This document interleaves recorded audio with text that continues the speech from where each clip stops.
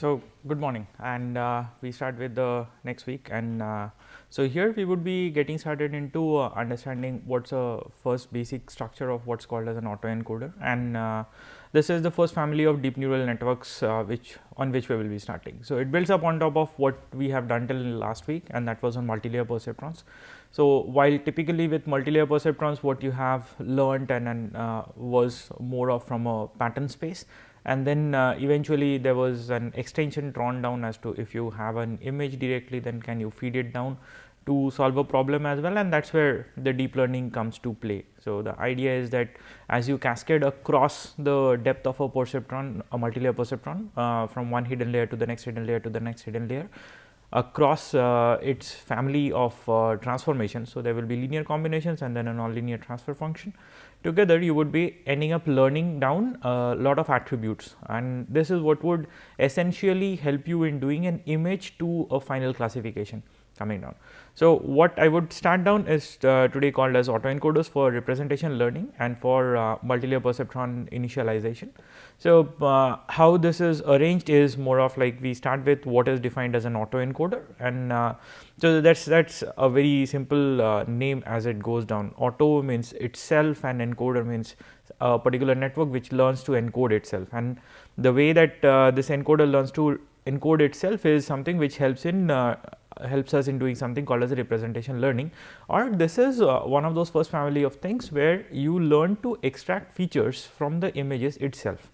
So no more you would be needing down say hand coded texture descriptors like local binary patterns or wavelets or co-occurrence matrices, but these networks themselves will be learning.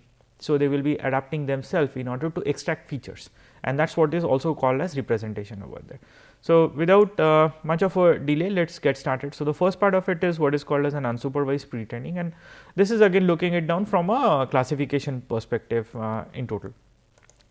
So a general structure of an autoencoder is something which looks like this. So what it has is a set of neurons which will give you that input pattern to itself, and then another set of neurons which generates an output pattern. Now the number of nodes in the output neuron and the number of nodes in the input side over here, they are same. So the number of neurons in the input side is equal to the number of neurons in the output side, and in essence as you see that the input over here is called as Px for all generality, and to keep it very specific to our visual computing perspectives, we will say that P of x is actually a patch at a location x.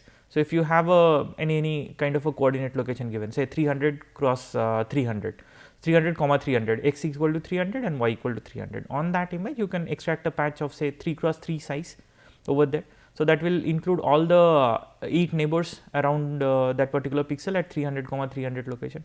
You can have a 5 cross 5 neighborhood which will have more number of pixels over there. You can have so 5 cross 5 will have total 25 pixels over there. So now if I have a 5 cross 5 which has 25 pixels over there, then each pixel is what is an input to each of these neurons, and technically in that case your number of neurons on the input side has to be 25. So similarly the number of neurons on the output side will also be 25, keeping in the same logic.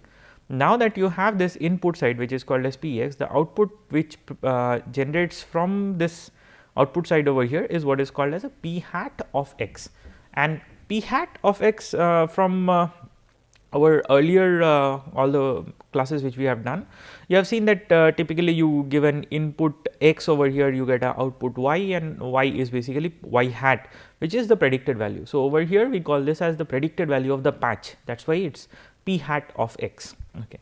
And for a simple autoencoder, how it would go down is that you would have an intermediate layer with hidden neurons over here.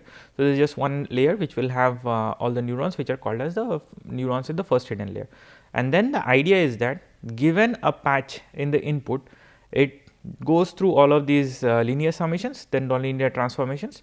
The output again comes out and goes through linear summation and nonlinear transformations, and this output is generated over here. And the way it is connected down is W1 is the set of weights which connect all of these input neurons to the first hidden layer. B1 is the set of biases which connects. W1 dashed, so you have this dashed over here. So that is sort of like the counter of W1 which connects this hidden layers to these output neurons over here, and similarly your bias also has a counter representation which is B1 dashed. And the way it represents is that if this was a transformation, so your output was given down as y is equal to w times b dot p1 and your p hat which comes out from here. So, y is the output of the first hidden layer over here. For the output of the next one is what comes down as p hat. And then the whole idea is that you have a cost function which is called as JW, which is equal to the L2 norm of the input minus the output over there. So, whatever is the patch, that's it. So, here I am assuming that there is no nonlinear transformations like sigmoid or something over here. It's just a linear weighted summation through which it goes down. And finally, the whole training of this network can be achieved by doing some sort of a way of minimizing this cost function over here, and that is exactly what we want to do. So, in the last classes we have studied about gradient descent, which is one of those very useful methods for optimizing this weights of the network and getting it down to this particular form which is expected. Now, from there where we go is something called as a supervised refinement, because what you have studied till now is where your inputs get represented in a way to your intermediate layer such that your output can be reconstructed from that intermediate layer things.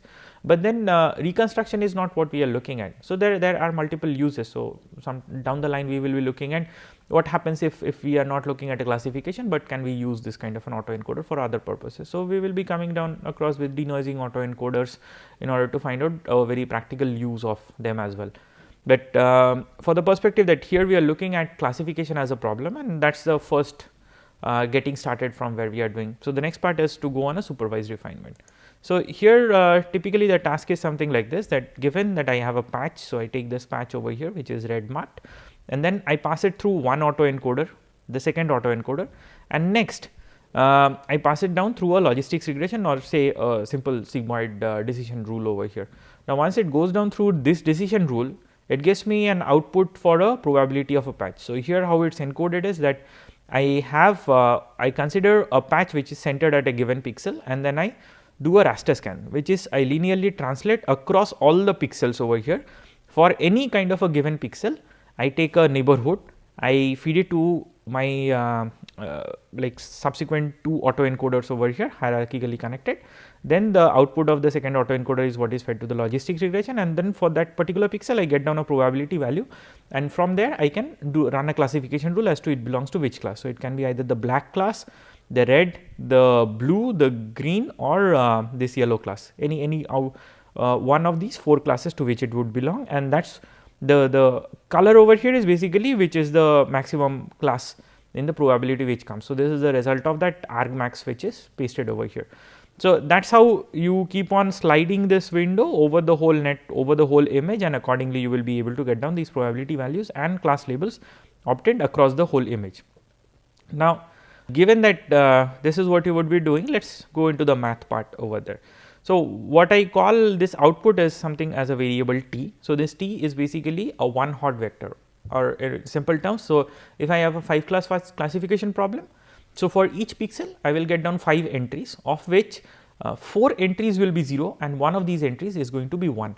The entry which is going to be, so it is a 5 cross 1 matrix basically, T is a 5 cross 1 matrix for our example which we are considering, and the output whichever is 1 is the particular class which is represented over here, and this T is often called as the target tensor or for classification purposes. So, here what I do is, you remember that we had two autoencoders connected.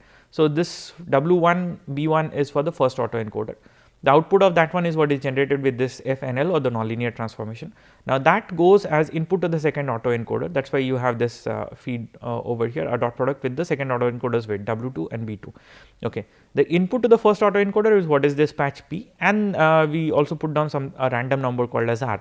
Now, the significance of this random number is immense, but it is not within the scope of this first lecture where we would be studying this random number over here. So, as of now you can even assume this random number to be 0. So, for our lab tutorial examples we will be taking this random number as 0, and then we would be proceeding, and eventually you would see how a particular distributed random number does come into important play. And that will also make us realize a very important aspect about machine learning is that randomness is a very important factor, and in fact that's something which will help you avoid in a lot of cases getting locked into local minimas. So here we take the same thing.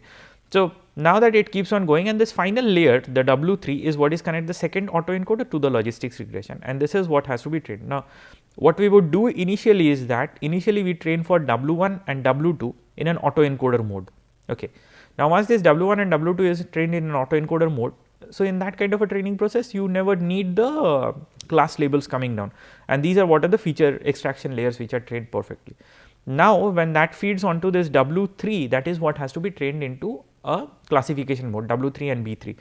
For here, so when we do this weight refinement concept over here, what we do is W1 and W2 are already trained. They will not be changing drastically, but there would be minor shifts. So maybe 1% or 2% of the values in W1 and W2 would be changing. A majority of these values in W3, which were randomly initialized at the start of it, will definitely be changing, and together is what you get down this output. And then the final cost function over here is what is defined accordingly. So this is, so omega m is basically my ground truth, and Tm is what I am getting down over here, and m is basically the mth patch or the mth sample for which I am making a decision over here. So while T is a one hot vector, omega is also a one hot vector, and this is what is used for my weight refinement. Now let's get into some of these practical examples, and again, given the fact that I come down from the field of medical image analysis, a lot of these examples I would be taking down, including the one which I had shown down, are from medicine. So the earlier one is what is called as optical coherence tomography, and we would be doing down more with them. But let's start with the very simple one, which is from a classical paper on handwritten digit recognition, and this is by Vincent Pascal, and so this was in the Journal of Machine Learning Research in 2010, and that's called as stack denoising autoencoders, and how to learn useful representations in a deep network with local denoising criteria. So while we will be discussing bit more on this local denoising criteria at later on stage, but before that the most important part is that if we have an autoencoder, then can we use it for even digit recognition kind of problems. So what this challenge is, so this is one of the practical problems we will be solving in the lab class in the subsequent lectures as well. So the idea is that you have these handwritten digits over here. So you see this is a 1, this is a 5, this is a 8, 6, 5, 7, 3, 8, and this looks like a 6, and this is a 1. So this also looks like a 6, but again it's a bit occluded over here. Now the objective of this challenge is that, say you have these small patches. So this is one patch or one single image given down, and this is what is present within the patch. Now you have to classify what is written down. So I have basically 10 digits which are 0 to 9. So over here my target classification is going to be a 10 class classification, and accordingly my T vector or my target vector, that is going to be a one hot vector of size 10 cross 1, right. I mean this is pretty intuitive from here. Now what we need to do is we need to understand a bit more about this one. So this is what is called as the MNIST data, and it's from the handwritten digit. So MNIST is from the modified version of NIST, or the National Institute of Standards and Technology. So this is from an agency based in the US, and they provide out this data set for doing these standardized classification tests. So the training set consists of 60,000 samples, and they are distributed equally across all the 10 types of digits. The test set over there consists of 10,000 samples. So each class of digit has 1,000 examples basically over there. So the idea is that the samples which you see on the test set are not present in the training set, and vice versa, and that would make it independent of each other. Each of these image patches which you have, where you have this digit written down, that's of a size 28 cross 28 pixels. Each is a 8 bit gray valued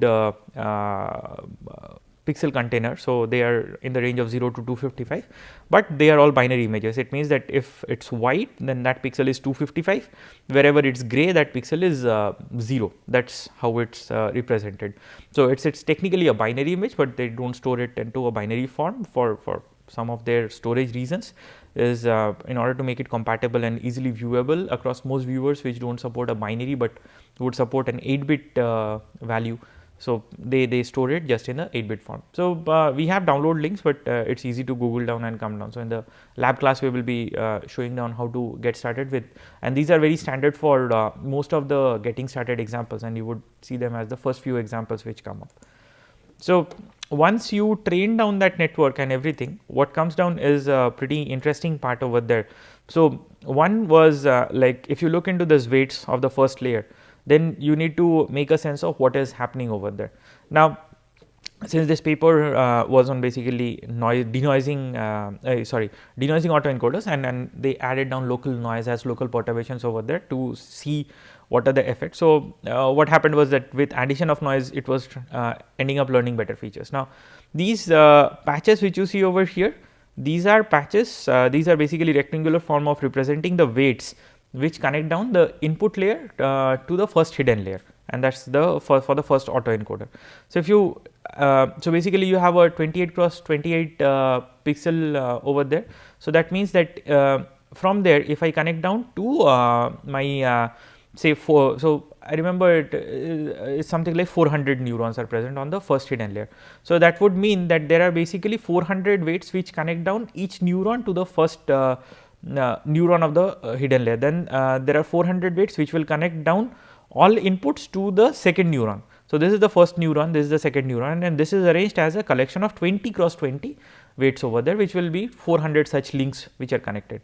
And if you count over here, there are basically 1, 2, 3, 4, 5, 6, 7, 8, 9, 10, 11, 12. So this is just a 12 cross 12 representation which they have given, but okay. So since this is 12 cross 12, so this would mean that my input side of my hidden layer over there will be 144 in that case. And so inside each of this is what is sized as the same as that patch over there. So the patch size was 28 cross 28. So this is a 28 cross 28 patch which I have, and then these are the weights which connect down. So this is a link between one input pixel to a given layer in the hidden neuron. Now these will do a bit of more complicated mathematics in the subsequent classes, where we would learn down relations between these appearance of weights to a correlation function itself. But as of now, what you see is that they represent some sort of wavelets. So these mimic down your Gabor wavelets to a certain extent, and this is what where it comes down in terms of learning it. So there are more interesting facts over here which are like how do they learn different aspects with different degrees of noise. So if you see initially, if there is no noise added down, it appears not to learn down anything, whereas if you have 50% noise added down, then you would see that what two different neurons are learning are pretty different in appearance from each other. While this looks like some sort of a Gabor wavelet which is shifted and up, this looks like a Laplacian wavelet which comes down over here. So these are interesting facts that it can learn down from data itself. Now from there we can get into another interesting problem which they have shown about appearance model variation. So the idea was that we had images where the number was written upright and given, but then if you apply some degree of twist and turn around with the number, then can the machine still learn to recognize, or say that the background is not black at all, but the background is noisy itself. Then if the background is textured, then if we have some sort of a rotation on a textured background, this is where you have a convex hull imposed on top of the number and given down. This is where you have a patch occluding. This convex hull appears as a patch, and that occludes on top of something. And then together using all of these examples, this is what they have found out. So SDAE is the version which they were working down, and these are the performance metrics in terms of errors. So if you look in terms of errors, you would see that with the basic NIST MNIST, they have one of the lowest, a very low error, but not necessarily the lowest error. The good thing is that as you keep on increasing all of these weird transformations on top of it, you would see that the lowest error is something which you would be getting down consistently with this denoising autoencoder, and that's something which brings us to the fact that these autoencoders are basically a very good family of learning down representations, and that's how they are able to overcome most of these challenges. The next I would be taking down is on organ detection in 4D MR. So we will be doing this kind of an exercise a bit later on, but this is just a fancy example. So here the idea was that you had 3 different data sets on which the point was to identify pixels corresponding to the tissue, where what was marked and given was these kind of bounding polygons, freehand bounding polygons, which represent each different kind of a tissue.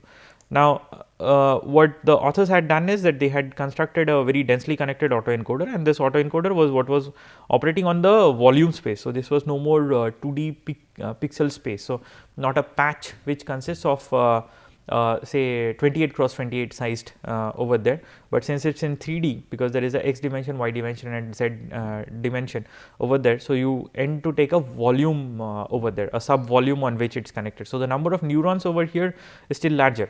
So, given the fact that if you have a 5 cross 5, you have 25 neurons which exist in normal 2D space. In 3D space, if you would make an equivocal translation to a 5 cross 5 cross 5, and that would make it 125 neurons. Now, that is bigger of one order. So, you increase one number, it increases in the cube of that number basically. Now, using that, what ended up was that they tried to visualize these first layers, and then what came out was that these look something like edge detectors basically. If you remember your Sobel kernels, then these appear like Sobel kernels, but a rotated version, then shifted versions of them. And accordingly, using just one single layer of representation learning, you could get down a very decent and accurate prediction of the different tissue classes present in an MR image itself. So, that is the power of deep learning and where it goes down, that you just need to make a network, find a way of packing the data and training it out efficiently, and the rest of the features and what to do and how to associate a classification rule with a particular kind of a feature is what gets done end to end within the system itself. So, this is my personal work from 2015, and we will be doing this as one of the exercises as well, is on tissue characterization. So, the exact network which I was showing is over here. So, what you have is we take down patches of 36 cross 36 pixels, and each of these are gray valued patches. You have 2 autoencoders, one of them with 400 neurons, the next one with 100 neurons, and then you have a target with 5 outputs. So, there is a part of sparsity, we will be learning that subsequently as well, and then including all of this, you get down an performance accuracy which looks something like this, which is typically a very high accuracy as such. So, the idea was that you have a patch coming down and you feed it down to your input neurons, just linearize. So, you had 36 cross 36, you make 36 square number of neurons over here. You have your bias added down, then you have the first hidden layer which had 400 neurons, then the second hidden layer which has 100 neurons, and from there you have 5 neurons on the output side of it, and then based on whichever is coming as a one hot output, this color is associated over there. Now, we wanted to actually look into what the network was ending up learning. So, this is the interesting fact over there. So, if you arrange these weights of the first the connection between the new these input neurons to the first hidden layer, then this is what the arrangement looks like. Now, each of this is one of these. So, say for this first neuron over here, this is all the connections from all the input neurons to the first neuron of the hidden layer. This is for the second neuron of the hidden layer, this is for the third neuron of the hidden layer. Now, if you look at these patches, so since these are some sort of weights and what they have learned, now you would see that a lot of these weights look very similar. In fact, majority of them are pretty similar, and this particular weight over here is an offbeat, because this is sort of an inverted version of the weight over here, or the inverted version of majority of the weights. Some of these weights like these don't learn anything, some of these learn to do a DC shift kind of stuff, some of these learn to do some weird kind of an edge detection. Now, together with this one, what is interesting is that most of these weights being very similar, this sort of represents a very redundant system. Now, given that, we should be looking at the weights which connect down the first hidden layer to the second hidden layer itself, and that is where comes a more interesting fact. So, you see this is basically one of these patches. So, there are it is 100 neurons. So, you have basically 10 cross 10 array. So, this boundary somehow is not appearing quite perfect over here, and then each of this is a 20 cross 20 point, because you have 200 neurons connecting it over here. Now, you would see that most of these regions which are gray are basically 0 valued, and the ones which are white are very high value, high positive valued, the ones which are black spots are high negative valued. Okay. Now, what comes down is, since you did see in the earlier one that a lot of these weights were very similar. So, that means that you can use any one of those representations and you do not need to use all of them. So, and that was one of the reasons why most of these weights over here came down as 0, and this is what is typically called as a very sparsely represented system, because most of the values in the weight matrix is 0 and very few of them are non-zero values. We will get into more details in the subsequent ones, and these are another interesting fact within deep neural networks you need to understand is that these networks are capable of learning the ample number of representations which are needed, and if it will never be overfitting onto a representation in some way. Next is another of our earlier paper, which was on retinal vessel segmentation, is in 2015. So, the idea was to get down these kind of vascular maps, and then this is what we came down. So, this was again take down fundus image, and you take a small patch around over here, put it down into an autoencoder and train it. So, this is what we had done, but the idea was that you do not put a logistics regression or a final decision over there, but you use these autoencoders for just representation learning such that you can cascade them to a random forest, and that can be used for a decision making purpose. So, this is another way of doing this in a hybrid model, where your final classifier may not necessarily be a neuron. So, you can use these deep neural networks for just feature extraction, and then subsequently pad it down with the standard classifier in order to do full classification.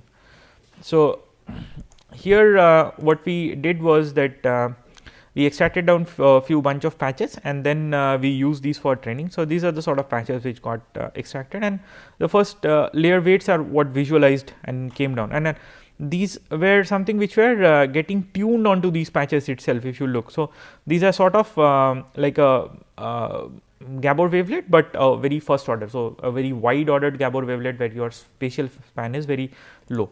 Now, if you look at the second layer, interestingly over here this is no more a sparse system. This is like a very densely mapped out system, because these were very directional filters which it got learnt out, and that were based on the diversity of the data.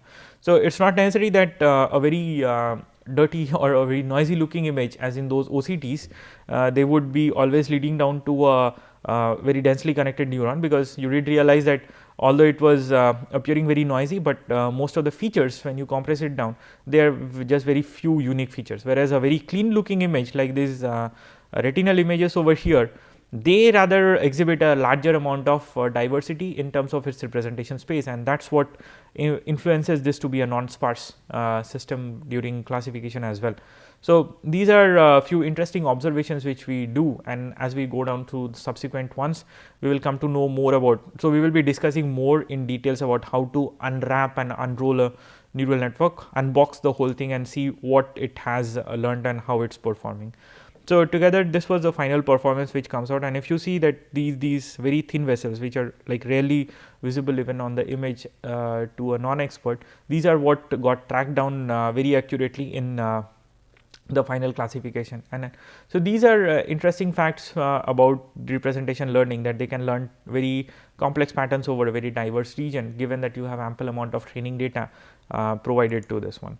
So, finally, coming to the end is that what you can do is you can read down through this interesting paper on deep learning which appeared in Nature. It's a consolidated summary, very good magazine like reading article over there for understanding more about representation learning, and we will be doing a few exercises from based on this particular paper as well, which is you can look into this particular one on representation learning by Bengio, Courville and Vincent, and transactions on pattern analysis and machine intelligence in 2013 from the special issue.